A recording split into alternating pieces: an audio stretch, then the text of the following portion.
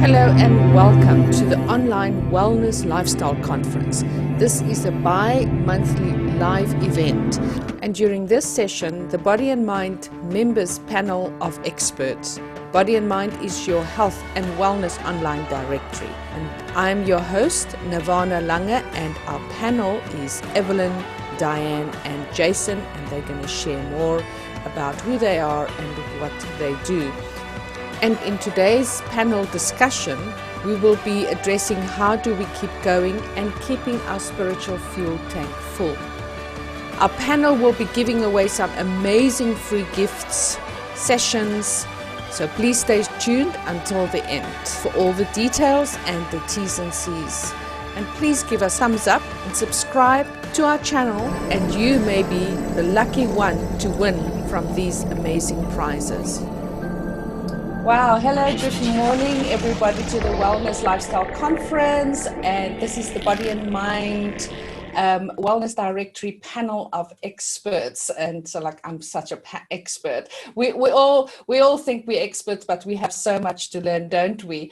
And so today we are going to deal with or discuss really how do we take care of ourselves. And it's so funny because the lady just before was doing exactly the same. How do we take care of ourselves? So there's definitely a thread in this particular month, the Love Month, that we need to do loving ourselves, loving others, and how do we take care of ourselves. And in fact, my round table at 5 o'clock will also be how do we take care of ourselves. So it's a real thread today.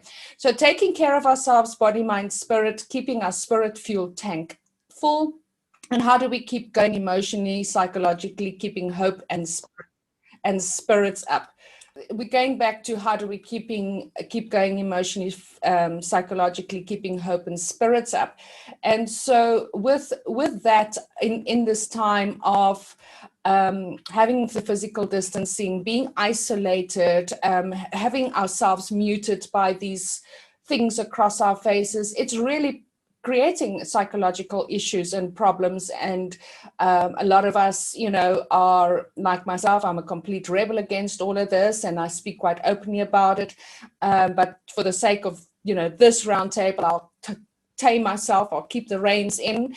And I know Tracy will appreciate that very much. So let me start with going around quickly at starting with Dyan to give us just like a 2-3 minute about who you are, what you do, and then we'll go in the second round, we'll discuss a little bit more. So just the people can know who are the people on our panel. So please go ahead, Dyan.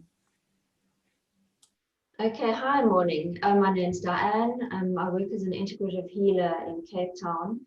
So I combine massage, I do reflexology and sound healing. So basically working on the body and the mind to help people who need to stay aligned and peaceful during this time. And I think that there is a great need for this. I do feel that many people are benefiting from these kind of therapies. So yeah, thanks, Nirvana. Thank you very much, Dyan. If you can mute again, and then I'm going to go on to Evelyn just to quickly introduce herself. And then we'll go on to Jason. Thank you, Evelyn. Thank you, Nirvana. Good morning. My name is Evelyn, and I'm an intuitive life coach based in Durban. I do one-on-ones combining life coaching with healing, usually modalities like body talk, Reiki, also sound therapy. So it's clearly a popular form of therapy. I also specialize in the power of gratitude. So I speak a lot at events, persuading people that gratitude is an essential life tool to have. And that's me. I run workshops as well on gratitude. That's my main thing. Thank you for having me today. Wonderful. Thank you very much, Evelyn Alessandre. And it was Dyan Bologna that spoke before. So Jason, lovely to see you again. It's been a while. Yeah, so good to connect with you.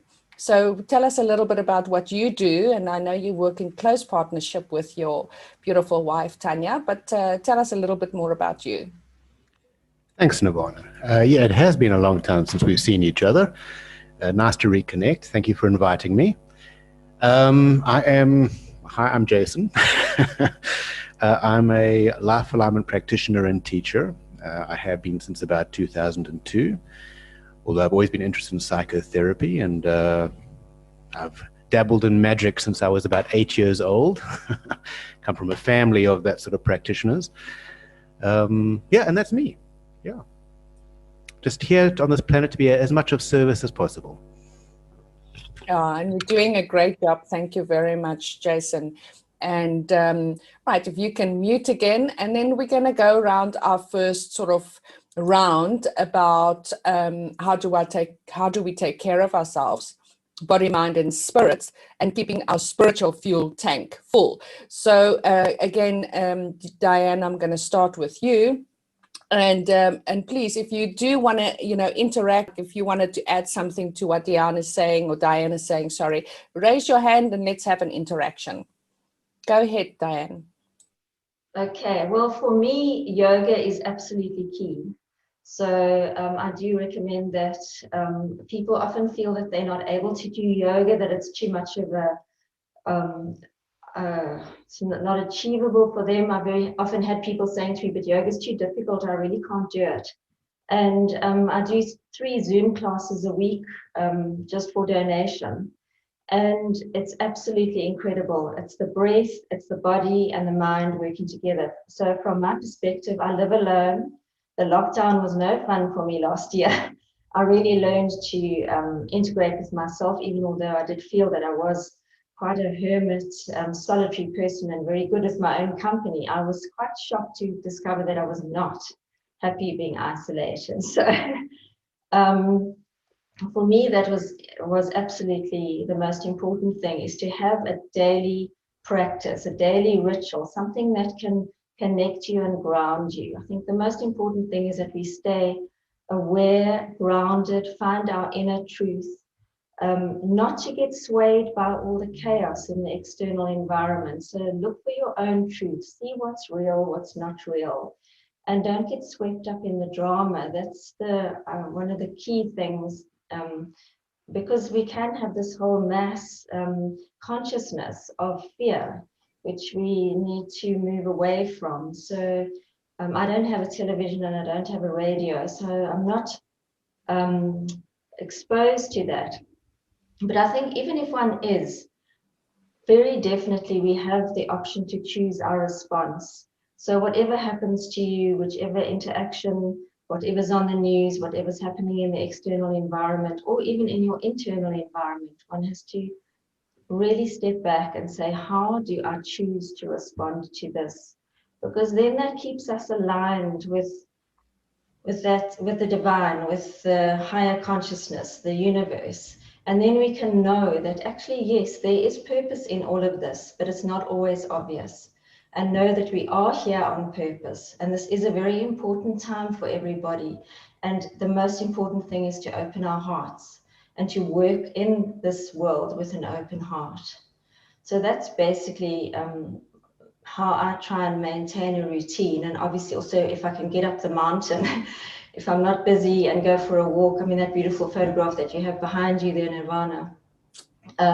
It's the most soothing teacher, nature. Mm-hmm. So we can learn so much just by being in a natural environment and having that absolutely authentic input from the trees and the rocks and the flowers. So I think basically that's how I try and stay. I always stay sane. Yeah. I don't stay safe. I'm a stay sane. And you know, that's such an important point, because I use the word stay present, stay on purpose. I won't tap into those, you know, mainstream words that they are using to kind of, you know, cognitively put us into that fear idea, which affects our health, which affects our immune system.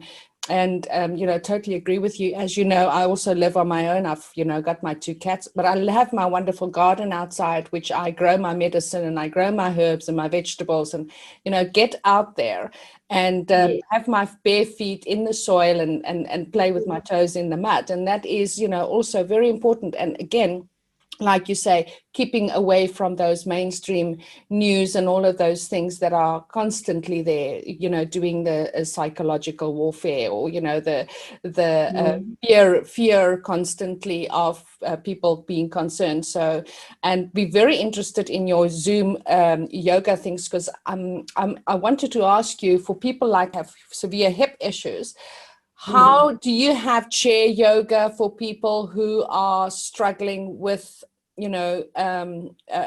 joints and things like that? Do you offer something like that? Yes, I actually used to teach that at a retirement village, but now, of course, oh no, honestly, I mean, because it's easier for people, because of the size of the room and everything, it just made sense, and people didn't all have. So it was just, because even there's chair yoga for kids, and it works fantastically well. Yeah. It's just about having the consistency and about doing it, and about being allowed into places that really, really need some form of interaction on this level. Because unfortunately, when you start depriving people of any of this type of thing, that's when the illness sets in. That's, as you said earlier, that's when the immune system becomes compromised. As soon as we're stressed and feel fearful, and is particularly isolated and cut off, that immediately shuts down the heart meridian. Yeah. And it's really, it's a sadness to think that this is actually what's been happening for a year, that we've been impacting on people's health in this negative way due to isolation. But yes, but hips, you can do yoga without a chair. Well, we will definitely have, maybe you and I will have a one-on-one sometime where we can have a video recorded, so that people like myself can not completely step away from yoga, but learn what is the things and the positions that we can do to support our bodies. Thank you. Wonderful. Thanks, Nirvana. Thank you, Dyan. We're going to come around the second part, and Evelyn, let's go on to you. And, would love to hear your share about how do we take care of ourselves, body, mind, and spirit, and keeping our spiritual fuel tank up. And look forward to your share.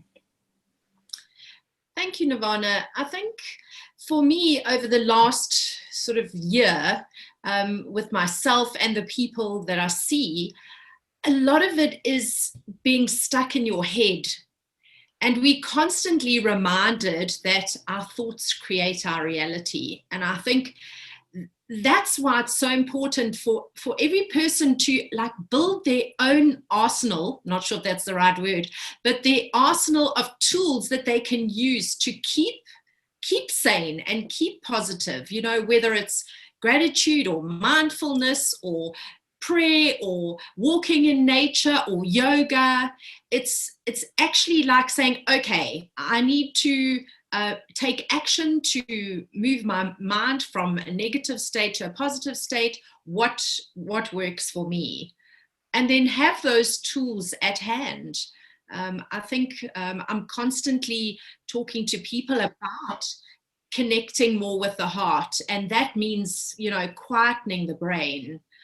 So I think it's important. I'm often telling people, just take a moment to breathe, just sit, even if it's to take 3 deep breaths, just to completely slow that monkey mind. I love, that's how the Buddhas refer to this chatter that we have every day. I think it's one of the best descriptions I've come across.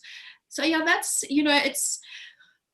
I think that's what it is. It's just having things that work for you. And for me, gratitude is one of the easiest habits to practice. And it's the nice thing I like, that for me, the benefit of it is that the more you practice, the more your brain actually stores those thoughts and feelings in your head, so that when you are confronted with negativity, you have this power bank in your brain of positivity. So instead of going straight to the negative, which is what your brain does, because it's always looking for threats and potential danger, you have now got this, I call it the bat to the ball, tank of gratitude and positivity in your head. So when you have things thrown at you, and boy, do we get things thrown at us on a daily basis, at least your mind stays positive or deals with it in a positive way. I think a lot of, because we're thrown with challenges, we often get stuck on the focus of what we don't have, what we've lost, what we don't have, basically. And gratitude is what snaps you out of that, because it starts to bring you into presence and to help you focus on what is in your life and the normal, common, natural things, which is what we lose when we get all stressed and negative. Gosh, that sounds like a lot that I've just offloaded. And it's only a couple of minutes. It's amazing, when you think about a 3-minute answer, and you think, oh, that's so short, and how much you can actually get into a 3-minute answer. What I wanted to say in response to you is, last week I had just one thing after the other, like literally, and attacking 2 packs of sugar and then trying to clean that up, breaking a glass lid, and like literally I was literally standing in the kitchen and I can't deal with this, and bursting into tears and just feeling the mind going, I'm alone, there's no one to help me, I'm poor me, I just can't deal with all of this on my own, like exactly like you're saying, and you kind of go into that spiral. And then I allow it for a little bit, when I say allow it, like I'm in it for a bit, and then I try not to sort of stay there and wallow there. And then sort of focusing on those things that I'm grateful for. But I'm also looking at the message. What is the ant's message to me? What is the fact that I've lost, 6 kilograms of sugar? Now, I do love sugar in my coffee. And I know that's one of those, like really things that we should cut out as one of the main things to cut out. But it's my little vice, and I love my sugar. So I take the message out of that, and I start looking at what are all of these things meaning to me in my life. And and that's quite important. Dyan, I saw that you unmuted your mic. Did you wanted to say anything? No, no, I didn't. Okay, no, I thought maybe you wanted to respond. No, Mercury retrograde. I didn't. Now it's unmuted, but I'm going to mute it again. All right, no problem. And Evelyn, and just the last point that you wanted to make around that? I just think on, that's often a time where I use the word stop, like just stop. Because what happens when things start to go wrong is your brain just keeps feeding you more of that negative, oh, what's happening to me? And I often, even with myself, it's just like the word stop just comes, stop. Take yourself out the situation, have a breath, go for a walk in the garden, like literally turn your back on the chaos. That's what I did. Have a breath. And just that little action, it's amazing how it turns your day. Yeah, absolutely. I literally just left everything, walked into the garden, had a quick cry, like literally 2-minute cry, and then take a few breaths. And I'm like, okay, deal with it systematically and clean up the mess. That's literally, and then focusing on that. Yeah. Thanks, Evelyn. I'm going to go on to Jason, and if you could share with us with regards to the work that you and Tanya do. What and how do we keep our spiritual bodies filled up and fueled? Right. Thank you very much, Nirvana. Is this sound okay? Does that sound okay? Yeah. Oh, fantastic. Well, Dyan and Evelyn gave fantastic answers. I really can't add to that. Yeah, thanks, guys. Not sure how to follow that. Yeah, the only thing I can really add to that is follow your heart.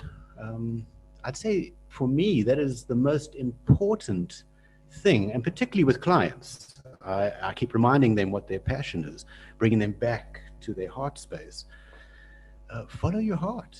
your heart is really the only place that's going to guide you to where you want to be. So get out of the head. Let go of anger, let go of regret, which only keeps you stuck. Move back into the heart and find that passion and just remember what it is. And I know in modern society it's sometimes difficult to follow your heart all the time because you have so many other responsibilities. But yeah, if you can just remind yourself that even what you are doing is always a conscious choice. Everything is a choice, you know, and it's not really the mundane job that you're doing, but the outcome that is supporting the life that you want. And that may help you re-fall in love with even the mundane tasks of the day. But yeah, it's all about experience. Enjoy your experience while you're here. You know, don't hold on to the negative stuff. It doesn't serve you. That doesn't mean suppress the negative stuff, because that's going to create a range of other types of reactions. But, you know, face that shadow stuff. You know, we live in a dualistic world. So there is going to be light and darkness, and you are both of that. You are both yin and yang. You are both masculine and female. So you do have a shadow aspect. Don't suppress it. Embrace it. We are all human beings on this incredible journey around the sun. And it's a fantastic opportunity for experience. Just never suppress anything. Just allow yourself, as long as you're not interfering with the karma and free choice of other people, of course, because that's another story entirely. But yeah, it's all about free choice, and just embrace that. So Yeah. what else can I add to that? My goodness. Well, I'm going to ask you, so, you know, like, I agree with you, do no harm, cause no loss, and do not impede the freedom of the others. And if we sort of live by that, you know, we already live a good heart-based life. But share a little bit about how you and Tanya keep yourselves, your spiritual fuel up. I mean, we were going to do the wellness talk festival here in Cape Town, and we've been having to sort of postpone that, and, you know, not being able to kind of gather with like-minded people and create these, as Dyan said, Dyan, I keep on doing that, Dyan, as Dyan said, you know, is that separation from that physical contact, which is really affecting us. So with you and Tanya, you know, you've got the lovely partnership, you've got that masculine and feminine energy together, where Dyan and myself, for example, sorry, Evelyn, I'm not quite sure what your, you know, status is with regards to living arrangements, but what do you guys do on a daily basis, on a sort of average, you know, to keep your spiritual fuel up? I'm going to note that if I step away, my cat is bugging me to sit next to me, so I have to move its post. Go ahead and answer, but I'm still here. I'm just going to move its post closer to me. Fantastic. Yeah, we welcome all feline community here. Yeah, so personally, I love to garden. I love to connect to nature. So part of our journey on this planet is about relationships. And obviously I'm not talking about romantic relationships. I'm talking about all types of relationships. Even the relationship you have with your enemy is a relationship, you know, and it's about understanding your part in that, understanding your trigger mechanisms in that, and doing something about it, being conscious and responsible for your inner work. So part of my daily therapy is therapy. I constantly am going to therapy to try help me shift stuff that I've recognized that I'm reacting to. And it's a super important part of that self-awareness, self-growth aspect of your life. So above all, and I encourage all my students to do the same, keep at it.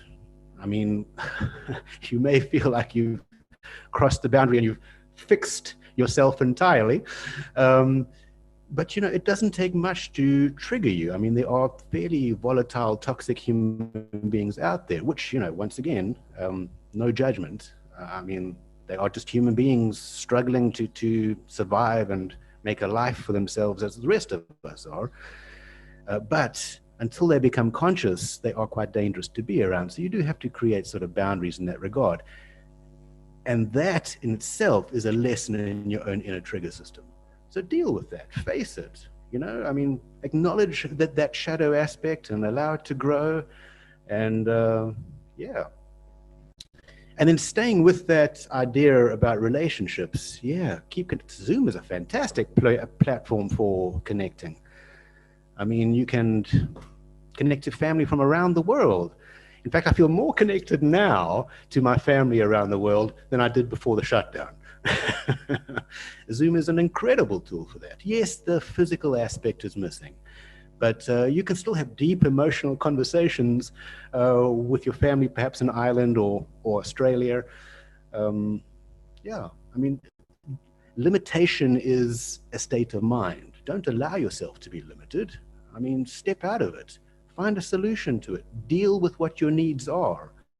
Your needs are incredibly important. If you're not dealing with your needs, it's going to come out as reactions and projections and other aspects of your life all the time. You need to deal with your own needs before you can help other people. And talking about that, being of service. I like to be of service as much as possible.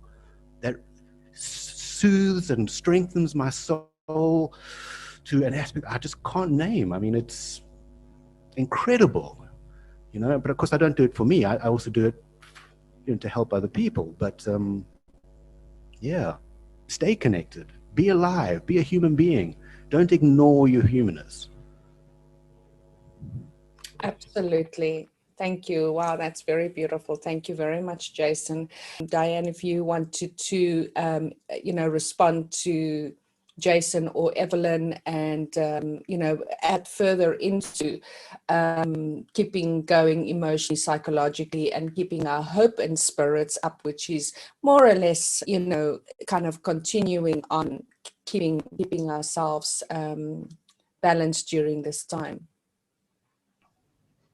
Yeah, I think Jason summed it up really well about how we can still interconnect and how we can still form those bonds because, besides our physical parameters, we are multidimensional beings. So we obviously also connect through that realm, through the soul, because my mother was diagnosed with Alzheimer's a good couple of years ago. And then she was in a nursing home, which was then shut down while I was locked out for 6.5 months, and I used to go and visit her daily.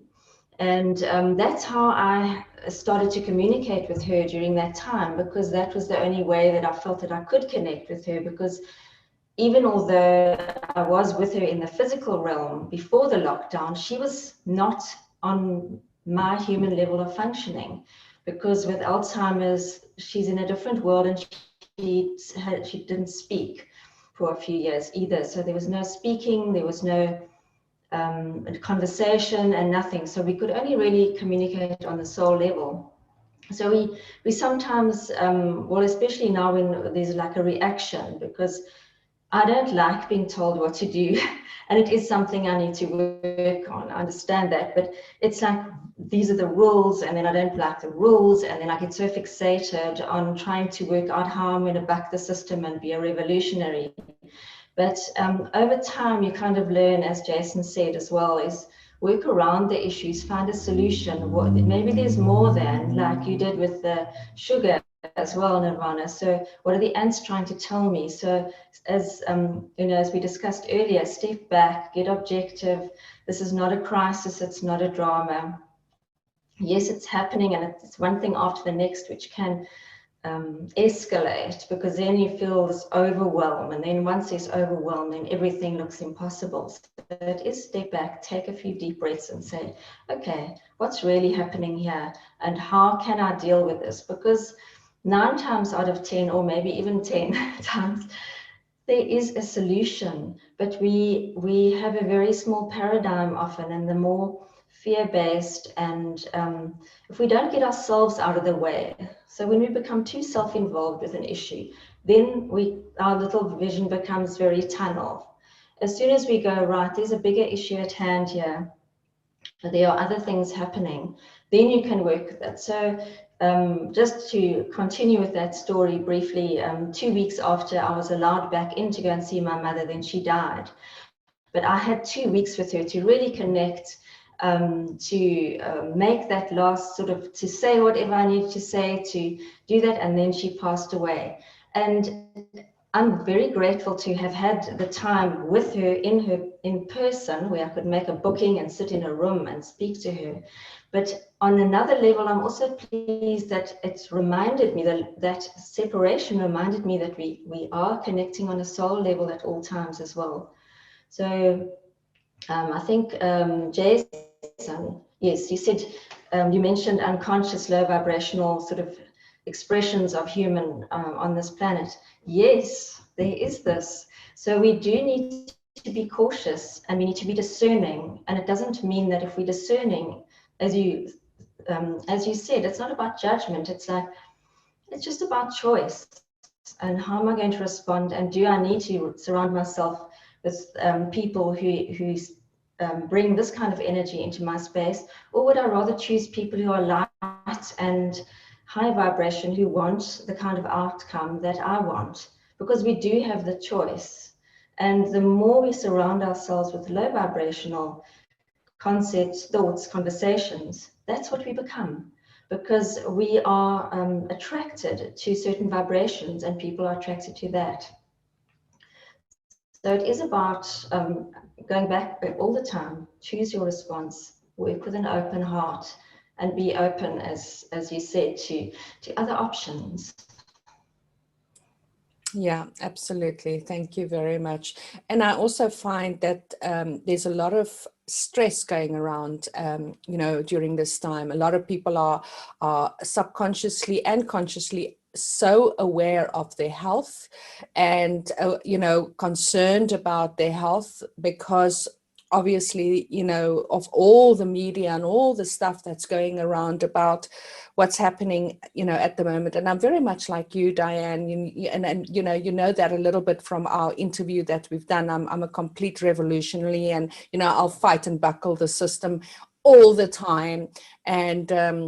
And I stand very strongly on my little, on my little soapbox about everything. And as I say, I'm really reining myself in for this body and mind panel, in respect for my beautiful friend Tracy. So but I do also want to just maybe go on to Evelyn and then saying, how can we support that psychological, subconscious and conscious part of ourselves that are so concerned about our health.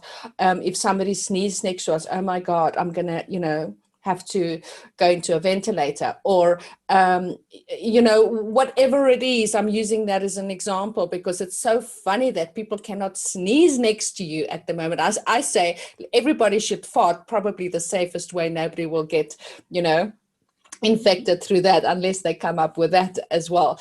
So and of course, if you want to respond to anyone else, but I just Diana triggered that thought in mind to deal with the stress around our health as well, and the subconscious fear around, oh my God, I'm going to get sick, I'm going to die, so go ahead.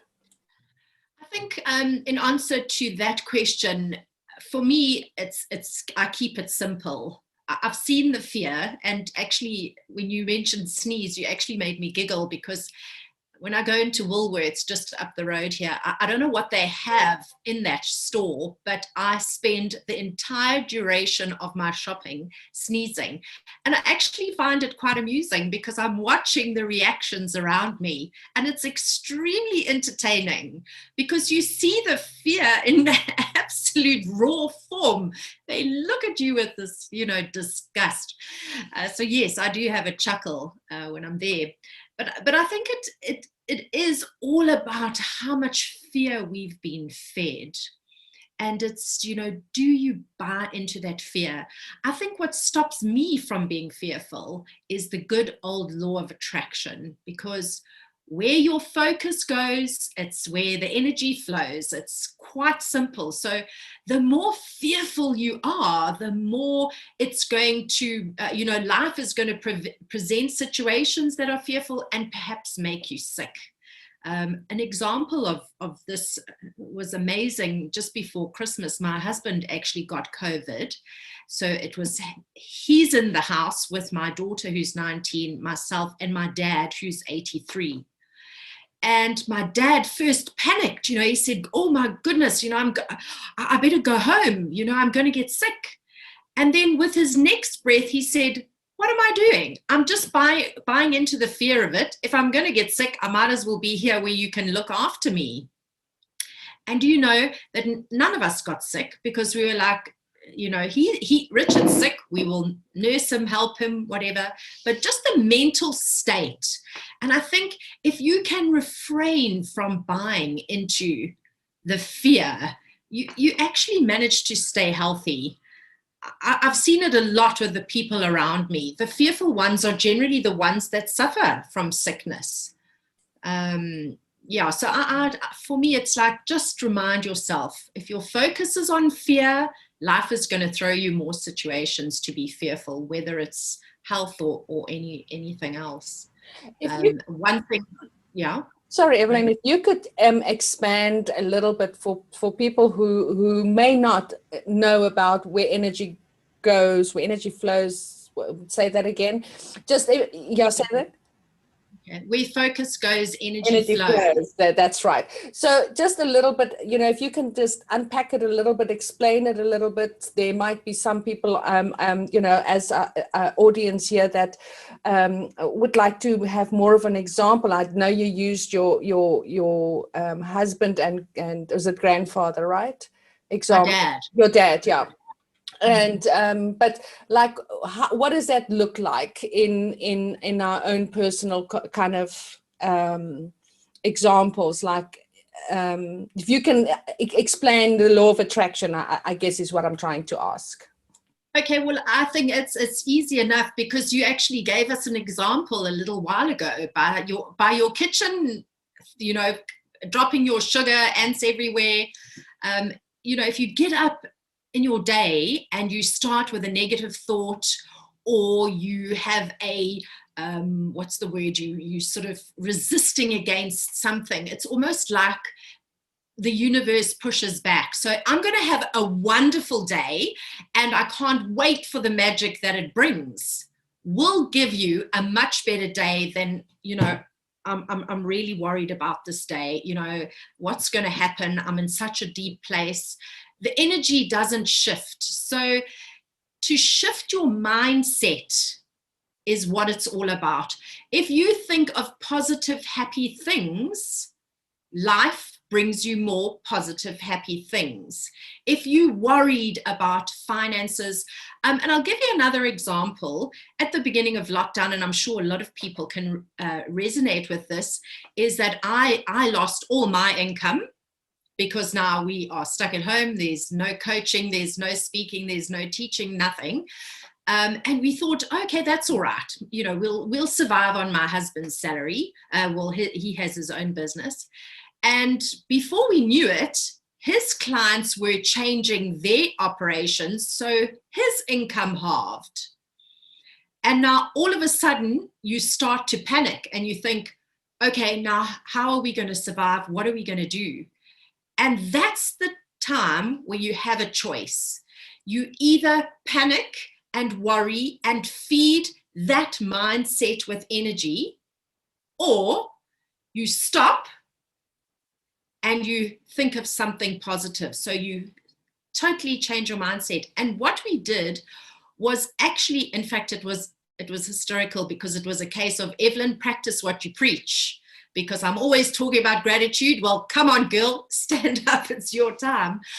And what we did was literally make a list of all the things we're grateful for in our lives. And it's, from being able to walk into the garden, being safe under a roof, the list went on and on. But what that did was change the mindset from negative and poor me to, okay, what can we do? It clears your mind of fog, and it allowed us to be adaptable. Okay, we have to make a plan. What are we going to do?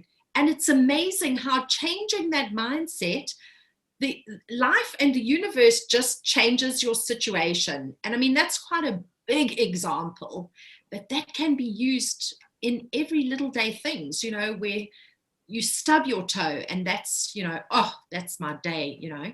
Yeah, exactly. Okay, so you stubbed your toe, get a grip, you know. Stop, go and have a breath. So I hope that sort of explained. It's about taking really control of your mind and going, okay, I'm not going to feed the negative, because it's just going to give me more negative. I'm going to, and that's why I always rave about gratitude, because it's something so simple that can change from negative to positive.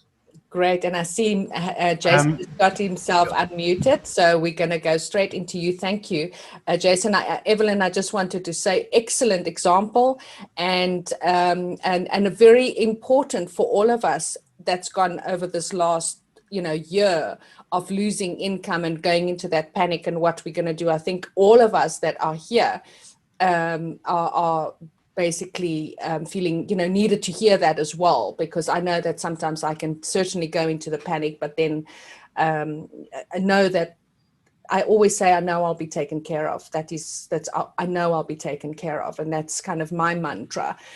Great. Jason, please go ahead. So thanks, Nirvana. I just want to add something to what Evelyn said there, who explained law of attraction very well. Thank you, Evelyn. Yeah, fear attracts more fear, you know, so the fear isn't serving you in any regard. So the idea is it's all about expectations. If you expect to see something that is as a threat to you, that is what you're going to find. You know, on a psychological level, it works exactly the same. That's called projection, you know. So the idea is to just drop that. And an easy way to overcome that, yes, well, like Evelyn said, is gratitude. But make a wish. Simply make a wish. Send it out to the universe. You will, if you expect to receive something, you will receive it. And prayer is a fantastic way of making wishes. I mean, I'm not saying that is the only way. It definitely is not. You know, but make a wish. Keep sending it to the universe. Invite what you want back. Expect it to come back, and it will come back. Make a wish. You're allowed to do that. You know, we can manifest whatever we like if we expect it. But if you expect danger, you will only find danger. So that will not serve you in any regard. So I just wanted to add that to what Evelyn said. Thank you for your explanation, Evelyn. Well, I've got my cat attacking my hand. You can certainly go on if there is anything else you wanted to add in within this conversation regarding stress, you know, if there was anything else other than responding to Evelyn. So you can, you know, go ahead, you've got the floor. Thank you, Nirvana. While everyone was talking, I remembered your question to me, Nirvana. What do I do personally besides gardening? Hobbies are important.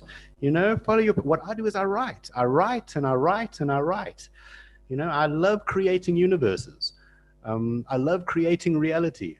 So follow your passion. Just find that out and do stuff, you know. The only limitation you have is the limitation you believe you have. You know, so always follow your joy. And joy, only you know what makes you happy. No one else can tell you that. Listen to your heart. Mm. Thank you. Thank you, Jason. And so we've got about 10 minutes just to kind of go around. If there's any questions that any of our audience have that are logged in here, to any of our speakers, please type it in to the chat box, and then, you know, one of our panel will address the question. So there is a question here. Whilst we may all be happy and content, how do we help our families or friends who are negative? That is such a good question. Thank you very much, Fraser. That is really important, because it is great to keep our own energies up, and then trying to keep others' energies up is quite a thing. Jason, you go ahead first, and then we can go to Evelyn and Dyan. So that is a fantastic question. And unfortunately, I'm reminded of, you know, when you climb in an airplane and the air hostess tells you, in case the plane crashes, your air masks will come down. Please make sure you put your air mask on first before you help the person next to you. That is the truth. You know, we can't help people unless we are in a place of light. We can help them lift up to the place of light. We need to deal with ourselves first. And unfortunately, or fortunately, because I mean, the amount of responsibility would be hectic the other way. You can lead a horse to water, but you can't make him drink. You know, so you can show your family the light, but it's up to them to make the choice to stand in it. You can't carry that burden. They need to make those choices themselves. We're in a realm of free choice, which you've got to highly respect. I mean, that's the drama that they're going through. So my advice to that is be there for them. Stand there in presence. Be a place of love. Show them how to love. And when they're ready, they will lift themselves up to your level. You can't drag them there, I'm afraid. Absolutely. Beautifully said, Jason. And Evelyn, would you like to respond to that question? I think what Jason said really, you know, hit the nail on the head. You can only take them to the water. My suggestion would be really just to share what works for you, or what I do that makes me more positive or happier. That's really the only thing you can do for the people around you. Or you know, and specifically bring out the positives. You know, I have a couple of friends who love going on about what's happening on the news, and I will literally say, I don't care. My brain doesn't want to go there. It's, you know, it's feeding me negative. And of course, then it's shock. What? You don't know I don't know what's happening. And then it's, you know, that it just like plants a seed of awareness. Yeah, that's what I would do, is really just share what works for me. Yeah, absolutely. Dyan, you would like to respond to that question. And if there's any more questions, please put it in the chat box, and our panel will address that. Thank you. Yeah, I think Jason and Evelyn basically covered it, but one also needs to allow people to be who they are. So if people are authentically negative and low vibrational, and they actually really want to watch the news, it's kind of their right. But we can only be who we are. So I think our responsibility, if we're choosing to be in the light and choosing to see that this is a great spiritual awakening and all the positive aspects that are going to spin off from this amazing time, then just be that person. Because if people are, you see, for some people, being negative and living in drama and chaos is invigorating. And when you're not like that, we often forget that people have different ways of finding their energy. So yeah, so if they're not interested, then we can't help. As you know, this horse to water thing or whatever, people need to come. What I find the best thing is if somebody comes to you and says, I really do need help, because then there's an energy exchange, there's an interaction, and there's a willingness to want to see things differently. If somebody's constantly behaving in a particular way, if they said, how do we help our families or friends who are negative, then and they are not willing to be any other way because that's how they feel comfortable, so be it. Absolutely. Absolutely. It reminds me of lyrics in the song, standing knee deep in the river and dying of thirst. And I think that is sometimes, you know, where people have got all of that wisdom, all of that love, and are not seeing it. It's not in their visual, it's not in their perception, it's not in their timeline, because there's different timelines, and in those timelines we see things differently. It's not that the one is maybe better than the other, it's just having love and compassion and be, as you say, letting them be where they're at in that perception of what they're seeing.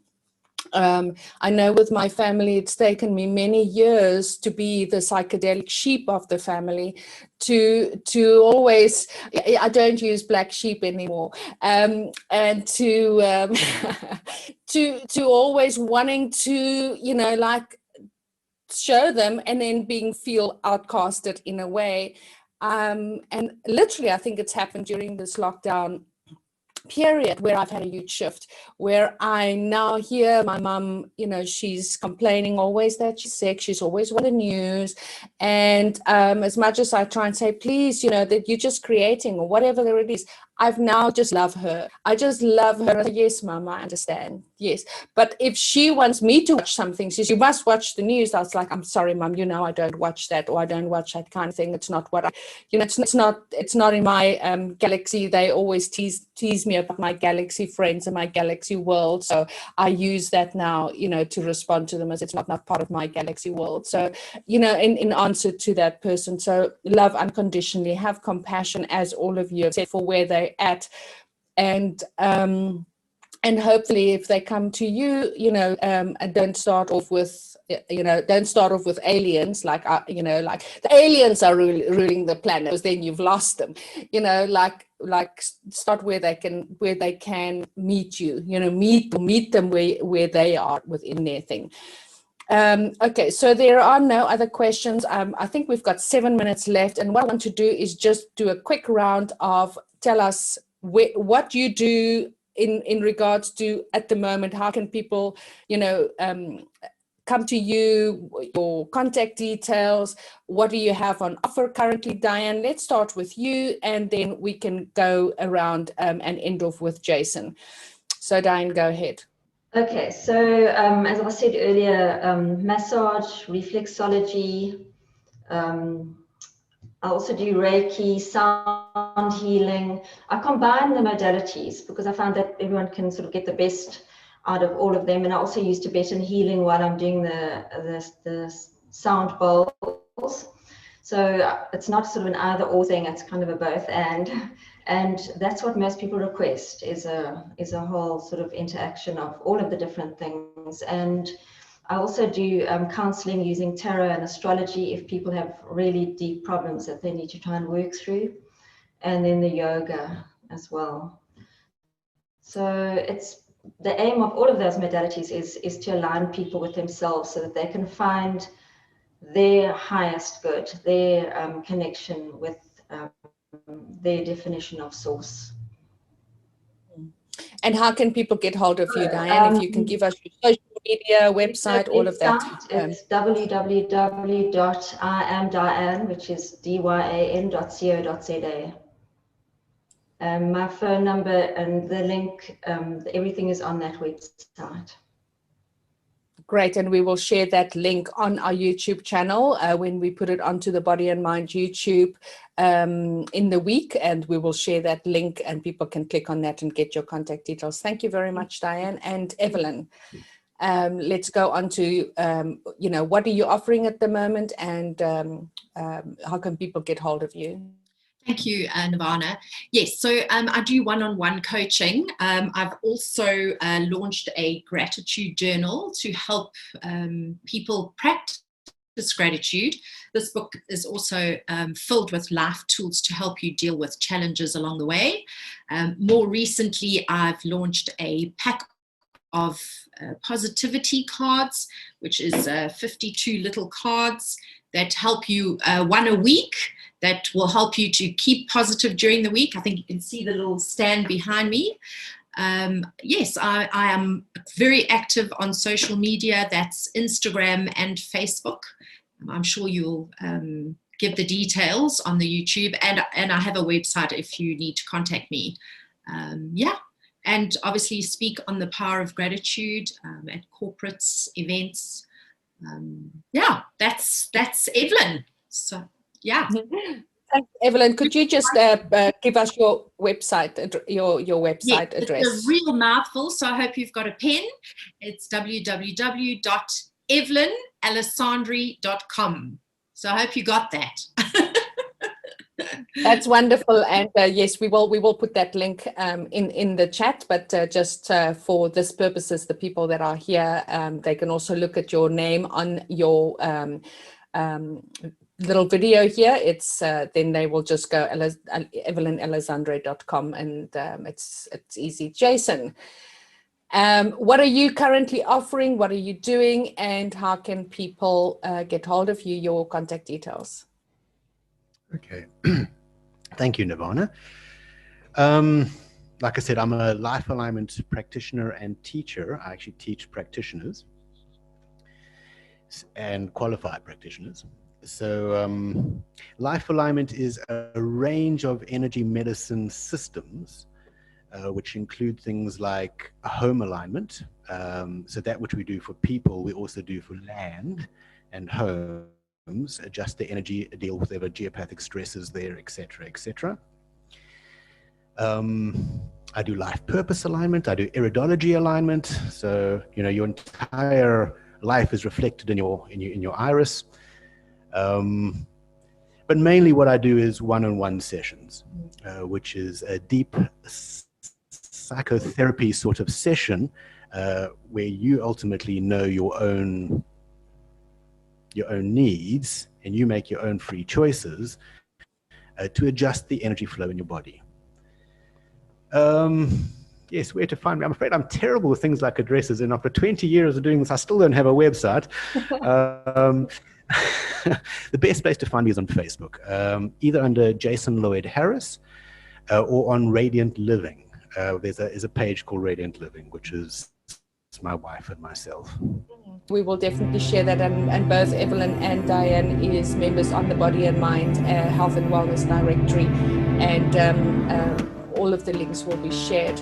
Thank you very much to this beautiful panel for your time, and wishing you all a beautiful, beautiful day, and may Mercury not affect us for the rest of this journey while it's in retrograde. Thank you, everyone. Thank you, Evelyn. Much love, Nirvana, Tracy. Have a fantastic day. Thank you very much. Bye-bye.